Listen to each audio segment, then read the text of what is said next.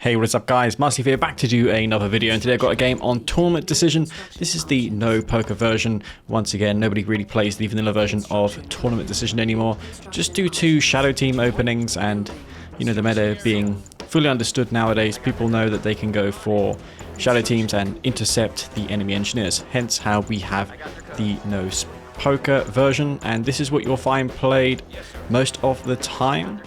Anyways, I'm going to be playing as Zocom in this particular game. My opponent will be playing as the Black Hand. So we've got a pretty good game on our hands here. I would favor Black Hand on this particular map, just because you don't have artillery, and artillery is a key component to success on this particular map against a Nod faction, but more so against GDI, just due to those Juggernaut duels being so pivotal to maintain control over those Tiberium fields in the bottom. Anyways, I'm starting things off here with a pretty unorthodox opening. This is very reminiscent of the Unleashed strategies that he used to do with the 3 Orcas, but instead I'm going for a hammerhead. It's a little less all-in per se. What Unleashed used to do was he used to go for the exact same thing as I'm doing here, but he would sell his command post off and go for 3 Orcas. That is also something that you can do, but I am unfortunately Zocom in this match, so that wasn't even an option for me anyway. But what I do have is a hammerhead. I'm going to fill it up with a missile squad. Now, missile squads do have a little bit more range than enemy bikes and buggies, so if your micro is perfect, then in theory you should be able to dodge and weave as many bike buggies as there are on the map, but that is easier said than done, especially we've got to try and macro behind it with a lot of harvesters and refineries you've got to keep up with your build at the same time. So you've got to be really on point, and you will notice a significant difference in the success of these type of strategies depending on how well you play. It pretty much scales with how well you play, and they can be effective. Just playing the meta doesn't have as high as a skill ceiling, if you know what I mean. If you can perform strats such as this perfectly, it should, in theory, beat meta strategies that kind of top out at a certain APM. This obviously is a little bit more demanding since you have 1 unit control, but mind you, 1 unit is not a lot really to control just yet. But as Zocom, that will change very soon, since I'm getting down my economy. I do have 3 and 2 as of this moment. We can see on his Tiberium field that he is sitting pretty on 1, 2, 3. Well, hard to see because I'm moving the mouse around so much because I want to try and avoid these raider buggies. But he is on 4 harvesters, I think, and 3 refineries. He could have a 5th one, but I'm not too far behind. If you consider the fact that I have 4 Tiberium spikes under my control, then that is pretty much having an extra harvester over my opponent constantly, because I'm bringing in $1,200, $2,400 a minute, which is not a small amount of resources, man. If you look at that in terms of units, that's almost like getting a mammoth tank every single minute for free. You're not expending Tiberium, which is a limited resource. Tiberium gathered from spikes is infinite. Assuming you have spikes and Tiberium silos to store that Tiberium into, but yeah, I don't think you should be floating that much resources to have the need for Tiberium silos, if you ask me. Anyways, versus Black Hand, I see he's not going any man spam, so I was thinking, yeah, instead of going for ABCs, instead of going for hammerheads, I'm going to go for a bunch of Predator tanks instead, because my thinking here was he's going to expect me to go for a bunch of APCs and over-invest into anti-infantry, while he goes for Obelisks of Light, but I'm not going to fall for that. Now, something I also like to do is, if my opponent has to choose between Obelisks of Light and Shredder turrets, then that's really good for the tanks. Oftentimes, if you've got infantry and Preds, the Shredder turrets will come down, and those aren't as damaging to you as the Zocom player. You'd rather your infantry got shredded than the Predator tanks, which are really doing the majority of the DPS in the end.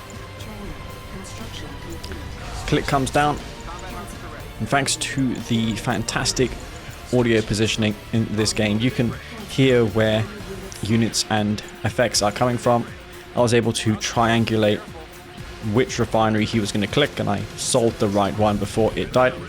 I had a modder contact me regarding this. He said, do you really sell your refineries? Will you hear the catalyst missile? Yeah, we do, man. There's audio in this game, and that's sufficient. Plus, if you've got shadows enabled, you can kind of see the shadow from the catalyst missile itself. Some bikes coming in here. Those have tip core, so those are going to unfortunately snare a harvester of mine. He's getting more damage dealt with the small attack groups of bikes compared to me with like a huge army of predator tanks. These purifiers as well as the obelisk will keep me at bay there. So I'm going to have to just plan my next move. I want to try and stop his bike buggy from getting into my base once again, because he's been doing a lot of damage with these small hit squads of bikes. So if I assign some units to the very top of the map, I can intercept one or two of those bikes and get some vital scouting intel. Something you don't really see too often is the use of surveyors. Now in 1.02 plus, the cost has been reduced of them to $1,200. They're a little bit cheaper to build, plus they deploy 10 seconds faster compared to the vanilla version. So definitely worth considering, more so than ever before, at least in this not so... It's a kind of a conservative patch. It doesn't add units like you see a lot of mods do nowadays. I see Bike Rush streaming One Vision a lot. That really, in my opinion, has nothing to do with Kane's Wrath, like as in the lore. It's fan-made fiction, whereas this is... Well, the goal of this is to just strictly focus on balance and nothing more. Fix bugs, fix balance, fix the visual issues, try and improve what we can. And as a result, it's the most familiar mod slash patch that you will find compared to vanilla, that fixes a lot of the issues in the game. One of the notable fixes over the last year has been the harvester fix, which was an issue that plagued harvesters for over a decade, but we coped with it. Even though the game had issues, we still coped with the issues that it had. And as mentioned, I got those predator tanks positioned to intercept those bike hit squads, so he wasn't able to get into my base. Now, maps such as Tournament Odyssey, such as Tournament Rift, it's a little bit harder to contain the knob players like this, just because there's so much more open terrain, which favors bike buggy a lot more. Now, thanks to this terrain, it's going to make the bikes and mantis that he builds a little less effective at tracking down and killing these Okamorkas. The terrain is going to complicate the countering of those aircraft. Now, this Redeemer did take out my refinery on the expansion. I did anticipate that, and I've already got my MCV assigned to move that top tiger infield. Now, sadly, the map has a little issue whereby if you tell it to if you tell the MCV to path to the top field, it won't do that unless you order it like 10 times. It's best to take the middle path rather than go around that left ramp there. So I feel pretty comfortable in the top of the map. I'm going to queue an engineer and try and take the spike of his, but he actually didn't take that back, so I was thinking, okay, well, I suppose I'll take the EMP control, saying you never know. That may come in handy. And these Pred tanks just go into their deaths, which is not good either. These Zokomorkas, man, I'm trying to get any work that I can with these done. Neither one of us have set up a refinery just yet. I'm trying to do some harass. He's got lots of harvesters. These Zokomorkas paying off massively. This is a unit you rarely see. Most players go straight in for the Marv, but I think that just plays into the Redeemer and bike buggy spam. These Zokomorkas have been very effective thus far, especially when I have the Preds and APCs littered over the map to cut off the bikes, which are probably going to try and kill them at the airfields. He's going to try and infiltrate my base, but him being the Black Hand, he's not going to have the stealth tanks, which obviously are Nod's #1 infiltration unit. What players in the 4v4 scene seem to complain about the Shadow Team's Spectre Bombard Beacon not unstealthing when being used. but that is rarely seen in 1v1 matches. I don't think it's a great issue, just because it has an issue whereby if he deploys and uses that ability, it can randomly undeploy for no reason, even if the beacon is not destroyed. So, you know, you're going to compensate for certain quirks and issues the game has, which aren't fixable as of yet. MCV was caught by these Okamores, and look how much damage those do. There was no way he could save that. And the rate of fire is what makes them incredibly lethal. A lot of players consider it a disadvantage that they expend their ammunition so fast compared to the Orca.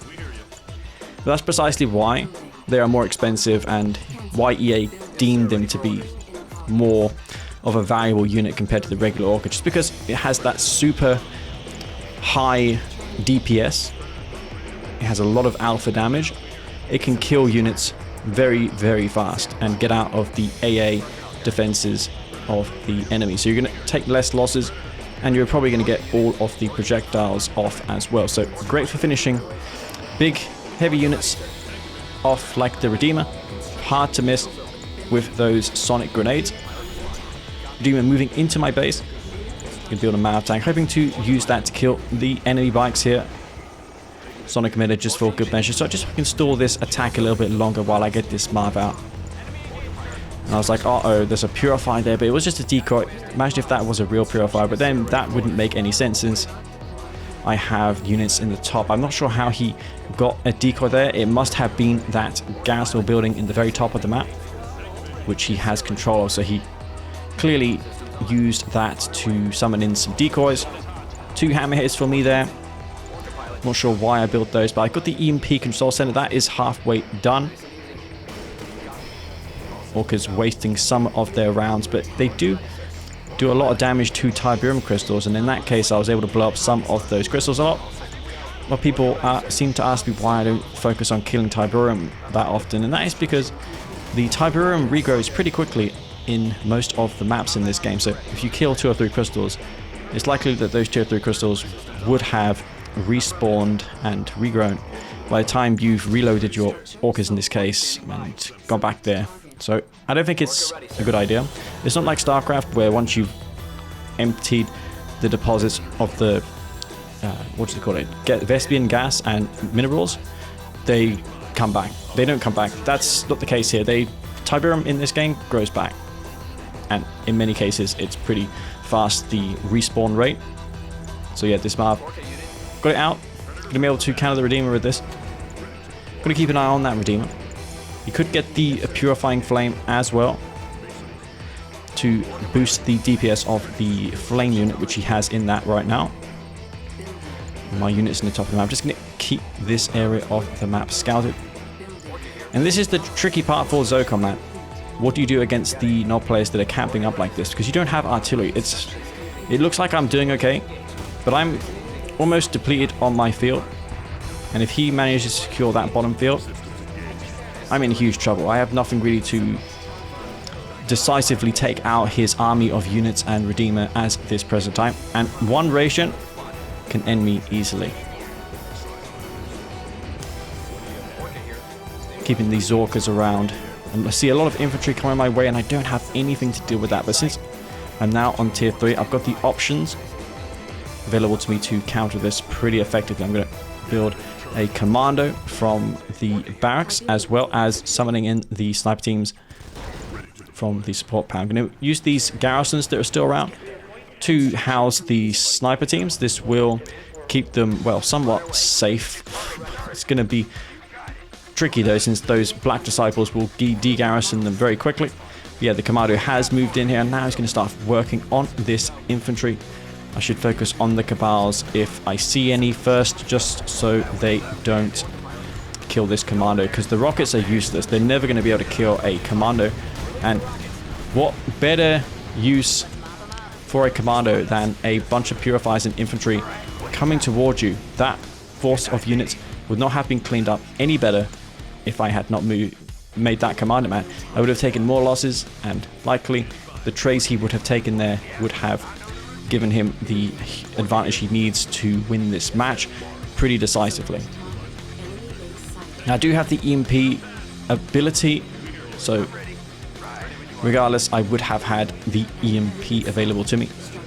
With that army down, I'm going to go ahead and attack his base.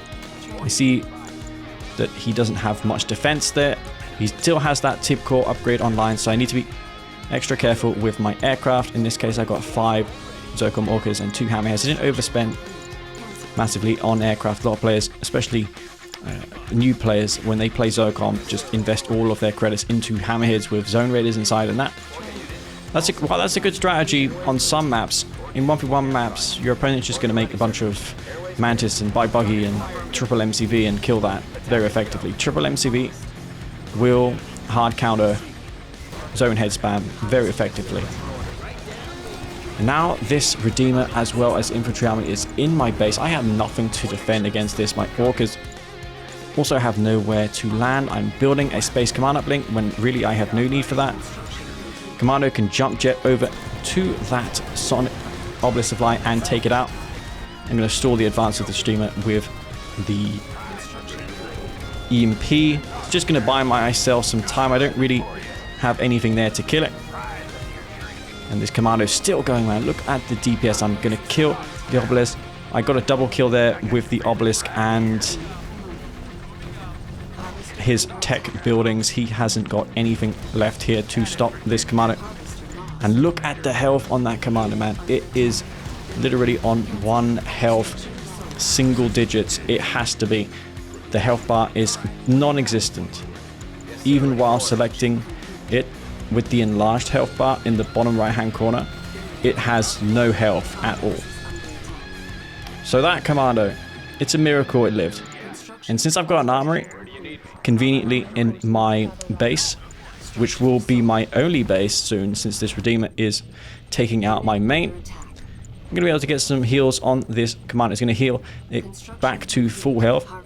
And there is a chance, if he builds more infantry, if I get some lucky snipes on Purifiers again, that this Commando can promote all the way to Heroic. But it's easier said than done. And this Redeemer, man, look at it. It is on elite status. I don't have any ranks on my units aside from this Commando. So it is a elite Commando of the Jedi forces versus an elite Redeemer of Black Hand. So we're going to see who is better in this case here.